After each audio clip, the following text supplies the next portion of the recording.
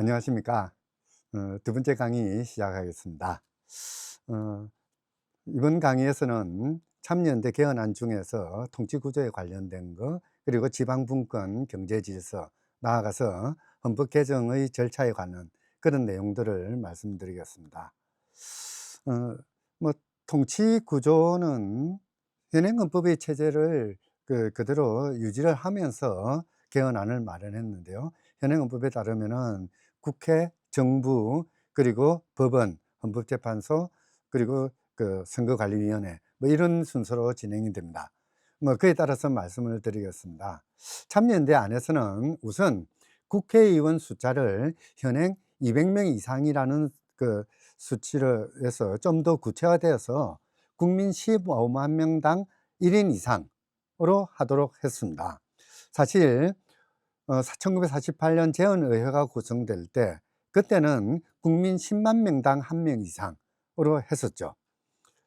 국회의원 숫자를 많이 가져갈 것이냐 적게 가져갈 것이냐에 대해서는 여러 논란이 있긴 했습니다만은, 적어도 국회의원 한 명이 국민 10만 명, 15만 명, 이것을 넘어서서 대표하기는 어렵다고 봐야 될 것입니다.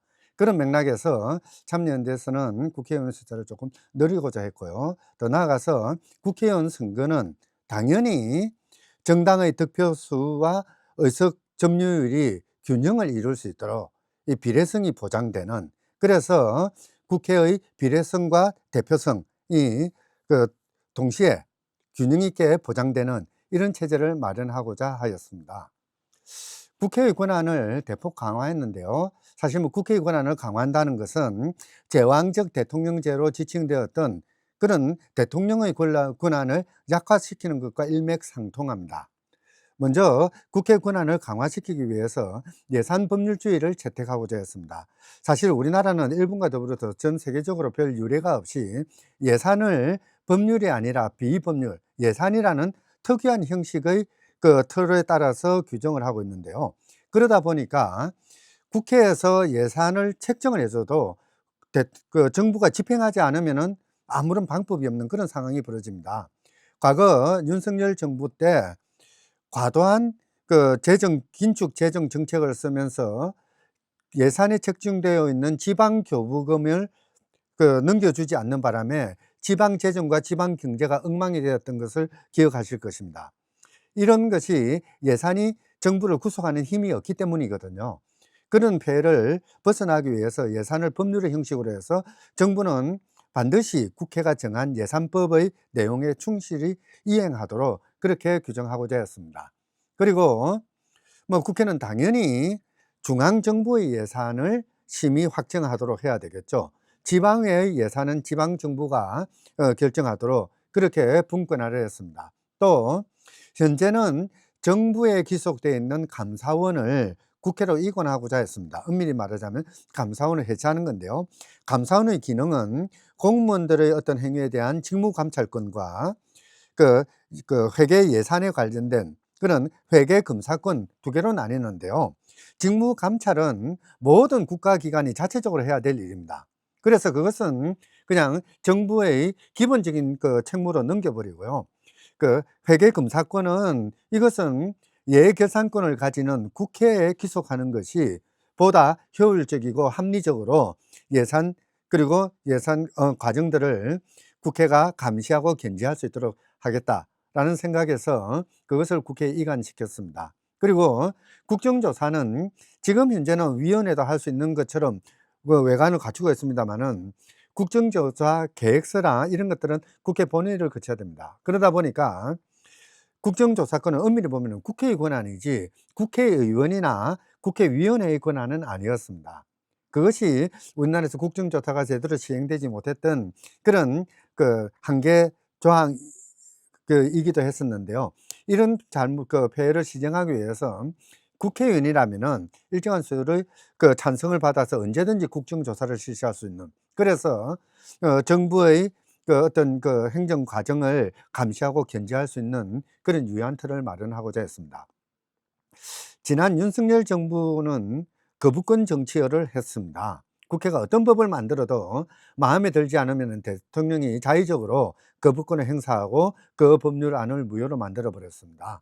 지금 이제는 대통령이 제의 요구할 때 그것을 재의결하려면은, 그러니까 3분의 2 이상, 의원들의 3분의 2 출석의원이죠. 3분의 2 이상은 찬성이 필요했는데 그것을 5분의 3 이상으로 해서 정족수를 완화하고, 그래서 대통령이 거부권을 행사하더라도 그 국회의 5분의 3 이상의 찬성을 얻어서 그 법률로 확정될 수 있도록 하는, 그래서 대통령의 거부권을 좀 견제할 수 있는 그런 기회를 마련하고자 했습니다.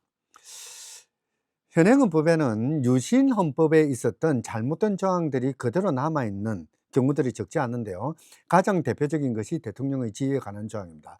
대통령은 국가 원수고 헌법을 수호해야 하는 자고 평화적 통일의 의무를 지는 자다. 이제 그러다 보니까 뭐 한마디로 우리 헌정사에서 헌법을 가장 많이 침해한 사람은 대통령이죠.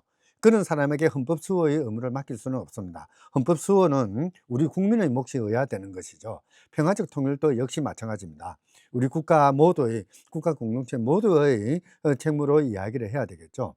오히려 이런 헌법 수호니 평화적 통일의 의무를 가지니 뭐 이렇게 하면서 대통령을, 그러니까 3부의 중의 하나가 아니라 3부를 초월하는 제왕적인 지위로 올려놓는 그런 잘못된 규정이 될 수도 있습니다. 그래서 이것들은 과감히 삭제해서 뭐 그냥 그 재헌헌법과 마찬가지로 대통령은 정부의 수반이고 외국에 대해서 대한민국을 대표한다, 뭐 그 정도 지위만 부여하도록 했습니다. 뭐 초미의 관심사이긴 할 것 같은데요. 대통령의 선출과 임기는 어떻게 할 것이냐. 우선 대통령의 민주적 정당성을 확보하기 위해서, 그러니까 대통령 선거를 결선 투표제를 실시하는 것으로 했습니다. 그러니까 제1차 선거에서 절대 과반수를 획득한 그 후보가 나오지 않으면은 최고 득표자와 차점자 2명이 2차 투표에 들어가서 거기에서 많은 표를 얻은 사람이 대통령이 되도록 하는, 그래서 국민들이 지지에 기반을 두는 대통령을 선출하도록 했고요. 그리고 사실 뭐 대통령 피선거권은 40세로 제한한다. 과거에 그 정치 신인들이 등장하는 걸 막기 위해서 들어섰던 규정으로 이해되고 있는 조항입니다. 이런 것들은 굳이 지금 현재 헌법 규정으로 남아있을 이유는 없겠죠. 과감히 삭제했습니다. 대통령의 임기에 대해서는 5년 단임으로 할 것이냐, 4년 연임으로 할 것이냐, 뭐 이런 많은 그 선택지가 있습니다만은, 사실 저희 참여연대 2018년 헌법 개정안에서는 현행처럼 5년 중임제를 하도록 했습니다만은, 현대 국가의 운영 과정에서 정책의 지속성을 보장해야 될 필요성도 있고, 더 나아가서 대통령에 대한 중간 평가의 필요성도 무시하지 못할 상황이다라는 인식하에 4년 연임제로 채택하기로 했습니다. 다만 대통령은 연임할 때에만 1차에 한해서 중임할 수가 있습니다. 그러니까 뭐 러시아처럼 대통령 한 번 하고 쉬었다가 그 다음에 대통령 또 하는 이런 것은 허용되지 않도록 연임할 때에만 한 번 더 출마할 수 있도록 그렇게 규정을 하였습니다. 대통령의 권한은 상당히 완화시켰는데요. 그러니까 대통령이 현재 뭐 정부의 수반입니다만은, 지금 현재로서는 정부가 국회에 법률안을 제출할 수 있도록 했습니다. 그러다 보니까 사실 대정부 질문하면서 국회의원이 장관은 이러이러한 법을 제정할 의사가 있습니까? 라고 질문하는 이상한 그런 그 모습도 나타나는 게 현실입니다. 국회가 너무 정부에 의존하는 그런 현상이 발생하기 때문에 이런 것들을 없어서 보다 명실상부한 대통령제 체제로 가는 거, 즉 말하자면 정부의 법률안 제출권을 폐지하고요. 그리고 대통령의 인사권도 국회가 그때그때 통제할 수 있도록 동의의 방식이든 인사청문회의 방식이든 그렇게 통제할 수 있는 장치들을 마련했고요. 모든 사면은 대통령이 실시할 때는 국회의 동의를 얻도록 했습니다. 지금 우리의 사면법에서는, 그러니까 사면을 특별 사면과 일반 사면을 나누고 일반 사면만 국회의 동의를 얻도록 했었는데, 사실 그러다 보니까 대통령이 수백만 명을 동시에 사면하는 일반 사면과 똑같은 행위를 하면서도 그것을 국회의 동의를 받지 않는, 뭐 특별사면이라는 명분으로 국회의 동의를 받지 않는 그런 잘못된 헌법 관행이 만들어지고 있는 것을 시정하기 위해서 모든 사면은 국회의 동의를 얻도록 그렇게 했습니다. 계엄 선포권도 역시 마찬가지고요. 이번 12.3 비상계엄에서도 나타났듯이, 그러니까 대통령이 계엄권을 남용하는 것은 헌정질서 중단이라는 그런 위기 상황까지 야기할 가능성이 있습니다. 그러기에 국회는 계엄 해제를 즉각적으로 요구할 수 있도록 하고, 또 대통령이 계엄을 선포하면서 국회가 소집되지 않도록 군을 동원해서 막는다든지 이런 사태가 초래되지 않도록, 계엄이 선포되었음에도 불구하고 국회가 어떠한 사유건 일정한 시간 동안 소집되지 않는다면은 자동적으로 계엄은 효력을 상실하도록 그런 규정을 설치를 했습니다. 법원은 현행 헌법의 경우에는 또 다른 제왕이 나타나게 했습니다. 대법원장을 대통령이 임명하고 그렇게 임명된 대법원장이 나머지 대법관들을 전부 지명할 수 있는 그런 권한을 부여했습니다. 그러다 보니까 대법원장은 대통령의 권력을 배경으로 한 채 모든 법원을 통제하는 그런 절대적인 권력을 가질 수 있도록 했습니다. 바로 이런 폐해를 막기 위해서 대법관의 임명 절차를, 그러니까 법관회의를 거치도록 하는 그런 절차를 두었고요. 더 나아가서 법원의 구성이라든지 사법행정이라든지 이런 것들은 대법원장이 장악하는 것이 아니라 어, 국민의 대표 그리고 법관의 대표들이 참여하는 사법행정위원회가 사법행정을 담당하도록 하는, 그럼으로써 3,600명의 법관들이 각자 독립된 법관으로서 자기의 법과 양심에 따라서 자기 책임으로 재판을 할 수 있는 그런 틀을 마련하고자 했습니다. 뿐만 아니라 재판 과정에 우리 국민들이 참여할 수 있는 기회, 뭐 배심제가 대표적이겠죠.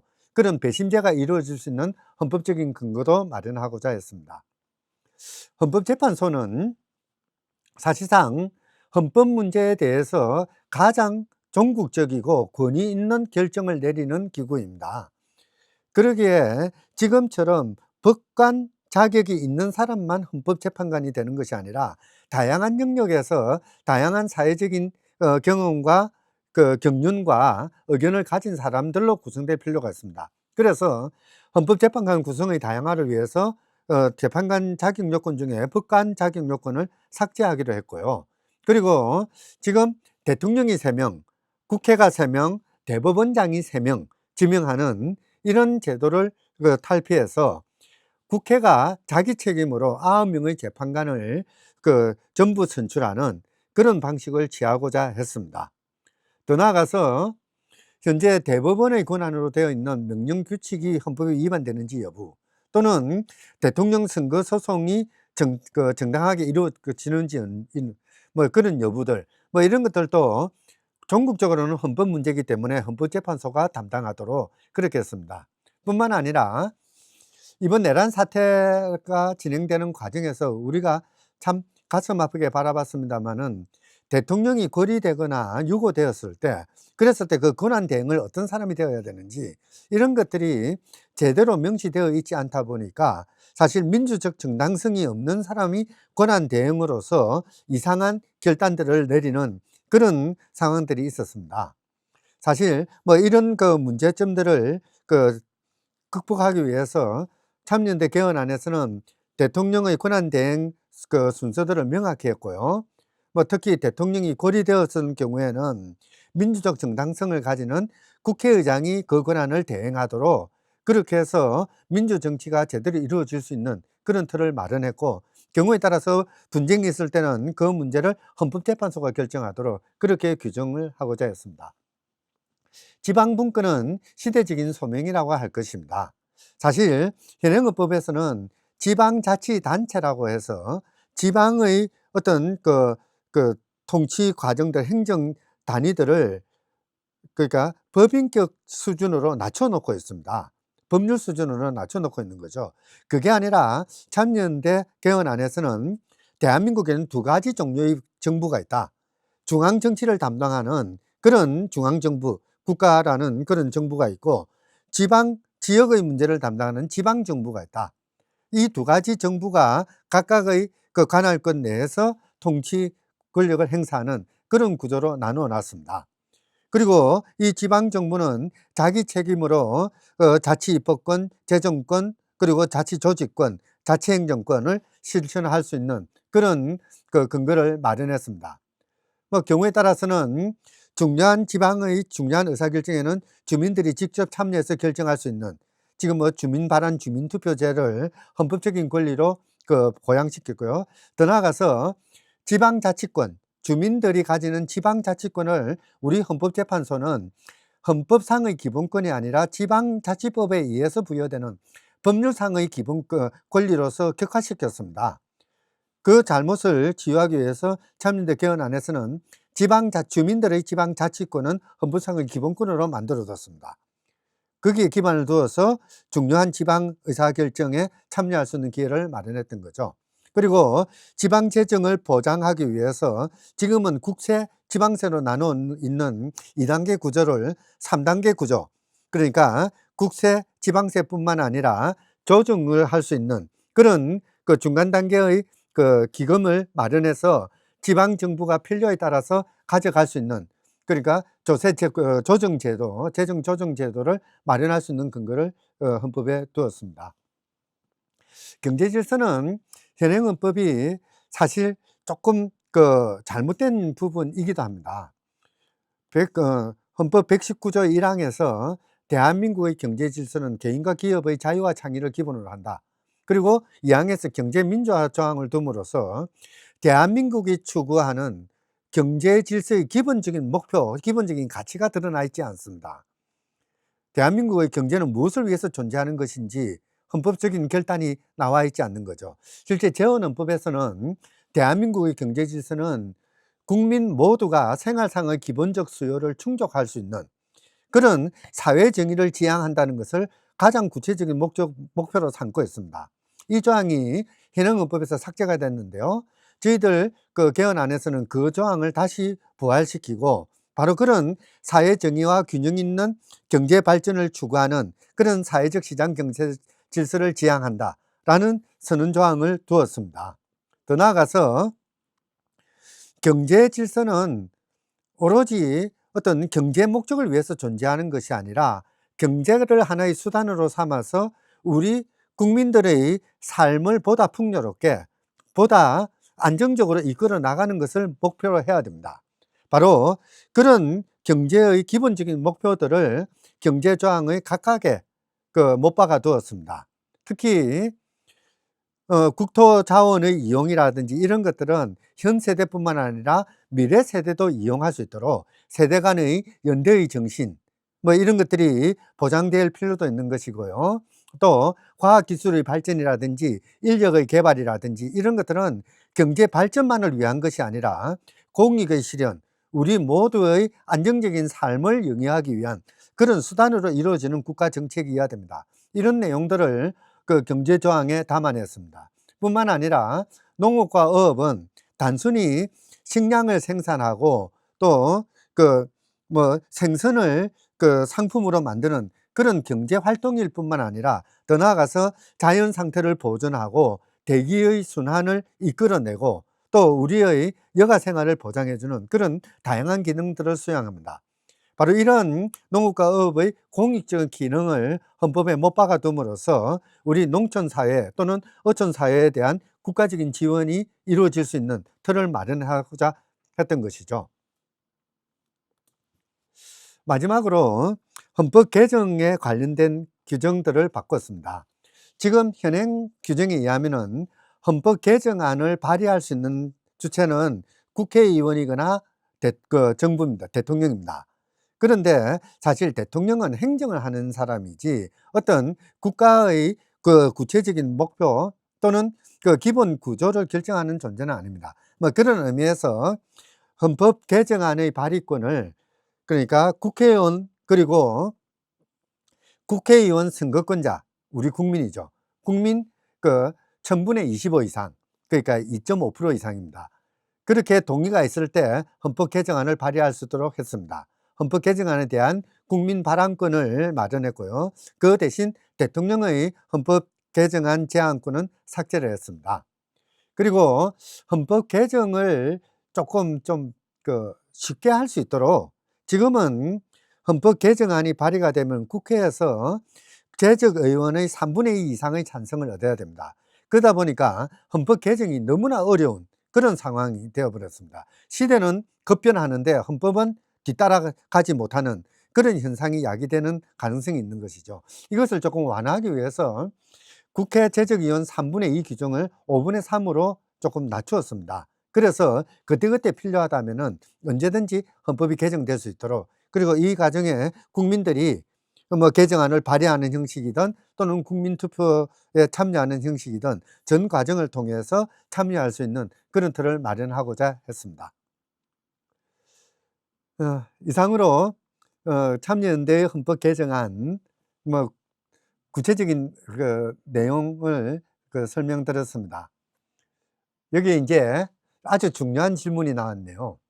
헌법 개정을 하려면은 우리 시민들은 무엇을 해야 될까요? 무엇을 해야 될까요? 트시넷이라는 미국의 헌법학자가 있습니다. 얼마 전에 우리나라 다녀가기도 했는데요. 이 사람이 쓴 책에 보면 이런 말이 나옵니다. 모범적인 헌법 시민이 되기 위해서는 정치에 관해서 또는 헌법에 관해서 옆 사람과 이야기해 보거나, 또는 나와 비슷한 생각을 가진 정당을 한번 찾아가 보거나, 경우에 따라서는 그냥 길거리에 한번 서 있어 봐라, 또는 나와 비슷한 이야기를 하는 시민단체들을 한번 찾아가 봐라 라는 이야기를 합니다. 바로 그런 행위 속에서 창대함이 그 속에 깃들여 있을 것이다 라고 이야기를 합니다. 우리 시민들이 헌법에 대해서 공부를 하고 헌법 개정안을 만들어내고 아주 좋은 일이겠죠. 그러나 그렇게 어려운 작업까지 할 필요는 없을 것 같습니다. 지금 이 시간이, 이 순간이라고 한다면은 우리의 삶이 바꿔지기 위해서는 어떤 헌법 조문이 필요할 것인지 한번 고민해 보는 것, 또는 대통령이라는 사람은 우리의 삶을 위해서 무엇을 해야 되는지 옆 사람하고 같이 한번 이야기를 해보는 것, 국회의원은 어떤 사람이 되어야 되는지 시민단체를 찾아가서 토론을 한번 해보는 것, 거기서부터 우리의 헌법 생활은 시작된다고 할 수가 있을 것입니다. 사실 헌법이라는 것이 거창한 법조인들이 가지고 있는 그런 법조인들만의 전용 규범인 것은 아니죠.